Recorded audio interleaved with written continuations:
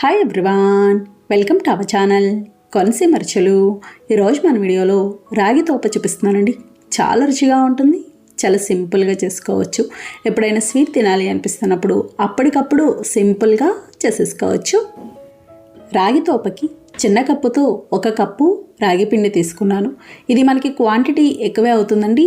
చిన్న కప్పుతో చేసినా కూడా స్టవ్ ఆన్ చేసి ప్యాన్ పెట్టి 3 స్పూన్ల నెయ్యి వేసుకోవాలి. ఇది కాస్త పల్చగా ఉంది కాబట్టి నేను 3 స్పూన్లు వేసుకున్నానండి. ఒకవేళ నెయ్యి గట్టిగా ఉంది అనుకుంటే ఒక 2 స్పూన్లు వేసుకుంటే సరిపోతుంది. అంతగా తక్కువైతే చూసి వేసుకోవచ్చు. నెయ్యి వేడయ్యాక రాగి పిండి వేసి మీడియం ఫ్లేమ్లో పచ్చివాసన పోయే వరకు వేయించుకోవాలి. ఇలా కలుపుతూ ఉండాలండి, మాడకూడదు. మాడింది అంటే మాడి వాసన వచ్చినట్టు ఉంటుంది. కాస్త రంగు మారే వరకు, మంచి సువాసన వచ్చే వరకు వేయించుకుంటే సరిపోతుంది. చూడండి, ఈ విధంగా ఉండాలి. కాస్త తడిగా ఉన్నట్టు, ఇలా లేకుండా మరీ పొడి పొడిగా అనిపిస్తే అప్పుడు నెయ్యి వేసుకోవచ్చు.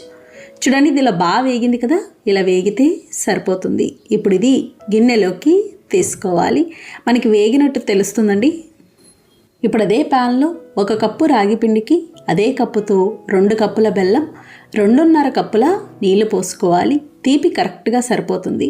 అలాగే దీనికి ఎటువంటి పాకం అవసరం ఉండదు, బెల్లం కరిగితే సరిపోతుంది. తోప ఎక్కువగా బియ్యంతో చేస్తాం కదండి. నైట్ బియ్యం నానబెట్టి కొబ్బరి వేస్తాము, అలాగే నీళ్లకు బదులుగా పాలు వేసి చేస్తాము. కానీ ఒక్కసారి ఇలా రాగి పిండితో చేసి చూడండి, చాలా చాలా బాగుంటుంది.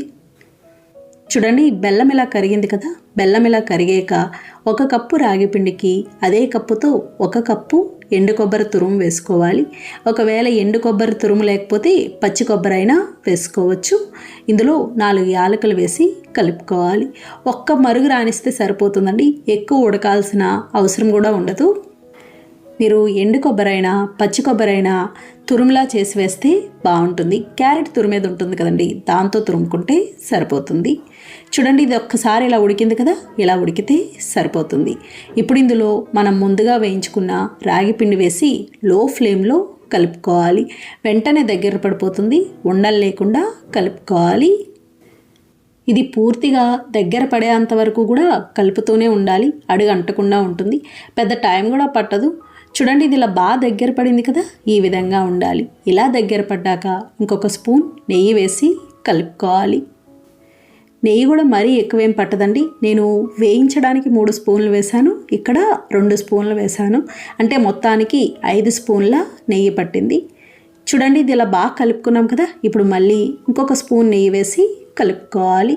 ఇంకా నెయ్యి వేయాల్సిన అవసరం ఉండదు. మనకి ప్యాన్కి అంటుకోకుండా వచ్చేంత వరకు కలుపుతూ ఉండాలి. చూడండి, ఇది పూర్తిగా దగ్గర పడింది కదా. మనకి అంచుల వెంబడి కూడా ఇలా నెయ్యి కనిపిస్తుంది. ఇలా వచ్చింది అంటే ఇది అయినట్టే. గరిటెకు కూడా అంటుకోదు, ఈ విధంగా ఉండాలి. ఇలా వస్తే సరిపోతుంది, రంగు కూడా మారుతుంది. ఇప్పుడు స్టవ్ ఆఫ్ చేసుకోవాలి. ఇంతేనండి, రాగి తోప తయారైంది. చాలా చాలా బాగుంటుంది.